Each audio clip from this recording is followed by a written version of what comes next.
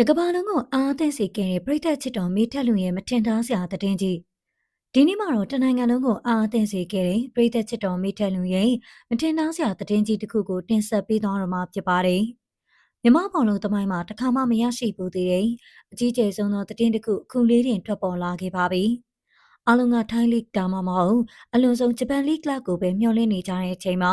မြန်မာကုံဆောင်တိုက်စစ်မှုလေးမီတန်နူဟာကမ္ဘာစင်တန်အမြင့်ဆုံးအင်္ဂလန်ပရီးမီးယားလိဂ် WSL ကနာမည်ကြီးအသင်းကြီးဖြစ်တဲ့မန်ချက်စတာယူနိုက်တက်အသင်းစီကိုတရားဝင်ပြောင်းရွှေ့သွားခဲ့ပြီးဖြစ်ပါတယ်။ဒါဟာအိမ်မက်မဟုတ်ပါဘူး။တကယ်လက်တွေပါရှင်။ဒီနေ့ဗီဒီယိုမှာတော့ဒီပြောင်းရွှေ့ဟာဘလို့ဖြစ်လာတာလဲ။စာချုပ်တန်မှုကဘလောက်လဲ။နောက်ပြီးဒီသတင်းပေါ်မြန်မာပရိသတ်တွေနဲ့ကမ္ဘာပရိသတ်တွေကရောဘယ်လိုမြင်ကြလဲဆိုတာကိုအသေးစိတ်တင်ဆက်ပေးသွားမှာပါ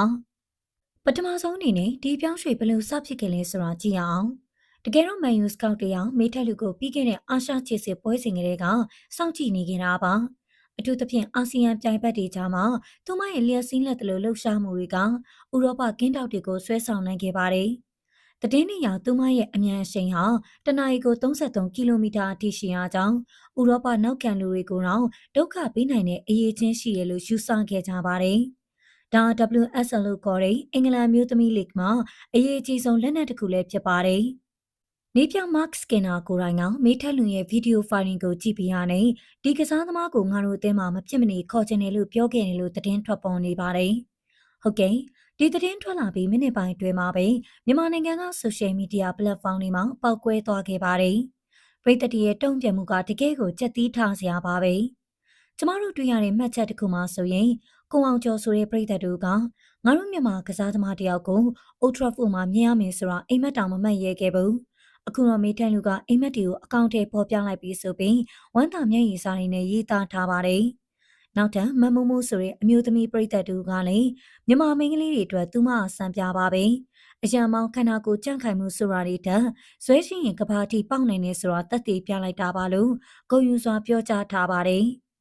်ဒါနေမကပါဘူးနိုင်ငံတကာပြည်သက်တွေအထူးသဖြင့်မန်ယူပြည်သက်တွေရဲ့ Twitter ပေါ်ကတုံ့ပြန်မှုတွေကလည်းစိတ်ဝင်စားစရာပါအင်္ဂလန်ကမန်ယူနိုက်တက်ဖန်တယောက်ကငါဒီကစားသမားလေးကိုမသိဘူးဒါပေမဲ့ YouTube မှာသူ့ highlight တွေတွားကြည့်လိုက်တော့ငါပစာဟောင်းသားဖြစ်သွားတယ်။သူမအာရှရဲ့အန်တိုနီသို့မဟုတ်ဂါနာချိုဖြစ်လာနိုင်နေဆိုပြီးချီးကျူးထားတာတွေ့ရပါတယ်။တချို့ဘောလုံးသုံးသက်သူတွေကတော့စိုးရိမ်မှုလေးတွေရှိနေကြပါတယ်။အင်္ဂလန်လိဂ်ကကျန်းတဲ့ရုပ်ပိုင်းဆိုင်ရာထိပ်တိုက်တွေ့ဆုံမှုတွေများတယ်။မေထန်နူအနေနဲ့ဂျင်ကစားပြီးကြော်သားတီဆောင်မှုတွေအများကြီးလုပ်ရလိမ့်မယ်ဆိုပြီးသုံးသက်ကြတာကြီးလည်းရှိပါတယ်။ဒါပေမဲ့ပြည်သက်တွေအများစုကတော့သူမရဲ့ဇွဲလုံးလာနေဆိုဒါတွေကိုကြော်ဖြတ်နိုင်မယ်လို့ယုံကြည်နေကြပါတယ်။အခုဆက်လက်ပြီးရရှိထားတဲ့သတင်းအချက်အလက်တွေအရမေထက်လူရဲ့ပြောင်းရွှေ့တမှုဟာမြန်မာကစားသမားတို့အတွက်စံချိန်တင်ပမာဏဖြစ်ပြီးသူမကိုမန်ယူမျိုးသမီးအသင်းက၃နှစ်စာချုပ်ချုပ်ဆိုခဲ့တာပါလက်ရှိမှာတော့သူမဟာမန်ချက်စတာမြို့ရောက်ရှိနေပြီဖြစ်ပြီးကာရင်တန်လေ့ကျင့်ရေးကွင်းမှာစစ်စစ်မှုတွေအောင်မြင်စွာပြုလုပ်ပြီးစီးခဲ့ပြီလို့သိရပါတယ်။ဘာကြောင့်မန်ယူကမြန်မာကစားသမားလေးကိုရွေးချယ်ခင်တာလဲ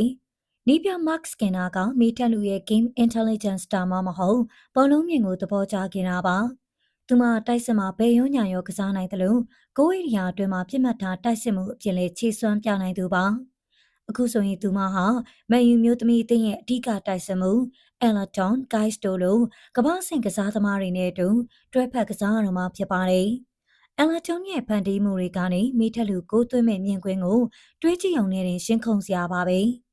ဒီပြောင်းရွှေ့ရမိထက်လူတယောက်တည်းအတွက်ကောင်းတာမဟုတ်ပါဘူး။ဒါမြမဘောလုံးစင်တန်ကဘာအတိမဲ့ပြုလာတဲ့တက်သေးပါပဲ။သူမရဲ့ခြေလမ်းကြောင့်နောက်ထပ်မြန်မာကစားသမားတွေဥရောပကိုထွက်လာနိုင်မှုတကားပေါက်ကြီးပွင့်သွားတာလည်းဖြစ်ပါတယ်။ပြည်သက်တွေပြောနေကြသလိုပါပဲ။မိထက်လူကဘောလုံးကန်နေတာမဟုတ်ပါဘူး။မြမလန်ကိုအိုထရဖို့ကွင်းကြီးတဲ့အထိတဲဆောင်သွားနေတာပါ။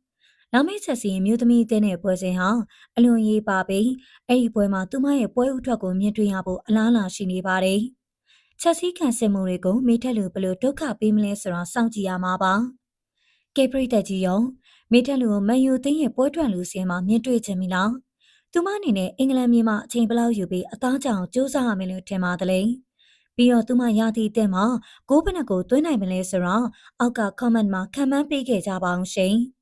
မြန်မာပြည်သက်တွေရဲ့အားပေးတန်ကမန်ချက်စတာထိရောက်သွားအောင်ဝိုင်းဝန်းပြီး share ပေးကြပါအောင်နော်။